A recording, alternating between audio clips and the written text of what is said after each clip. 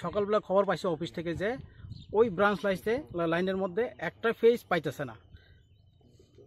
Phase না পাওয়াতে কি করছে তারা, স্টাফ আইসে এখানে আয়া, এখানে যেহেতু ব্রাঞ্চ লাইনে জিও সিস্টেম আছে, কাটার সিস্টেম আছে, ওই জিও কাইটটা তালা দিয়া তারা লাইনে বাইর হয়েছে চেক করতো, যেখানে জাম্পারিং আউট হয়েছে এটা খুঁজে বার করতো। তারা বাইর হয়েছে অ্যাকর্ডিংলি, তারা উঠটা দেখছে এখানে একটা এইসব বিপদ হয়ে দেখে তারা ভাবছে এখানে পার্মানেন্টলি জাম্পার কাইটটা আউট করে তারা এদিকে স্বাধীনভাবে কাজ করানোর লেগে তারা এখানে জাম্পারিং কাটতে উঠছিল।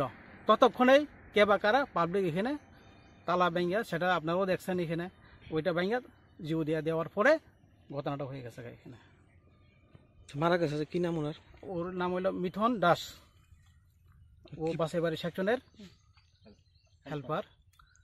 আরেকজন লোক আসছিল, তার সঙ্গে আসছিল আরেকজন স্টাফ অরুণ দেববর্মা। তারা দুইজন প্লাস একজন এজেন্সির লোক একজন আছে। যেহেতু দুইজনে তো কাজ করা যায় না, তার জন্য সিনিয়র ম্যানেজার কইছে তাদেরকে তুমি আরেকজন লোক ব্যবস্থা করে নিয়ে যাও।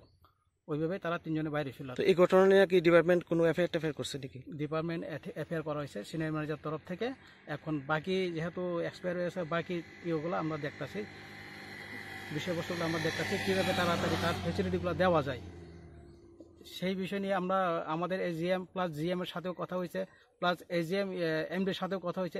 এমডিও এই পরামর্শ দিয়েছে যে যত তাড়াতাড়ি সম্ভব তোমরা তার ইয়েগুলা কাগজপত্র পাঠাইতে কইছে, সব ডকুমেন্টগুলো। এগুলা যদি ওর বাড়ির থেকে যদি যত তাড়াতাড়ি আমাদেরকে কাগজপত্র দিতে পারে ততই আমরা ভালো, এবং তাড়াতাড়ি আমরা তার সম্পূর্ণ যে প্রসেসিংটা আমরা প্রসেস করতে পারবো আর কি। এই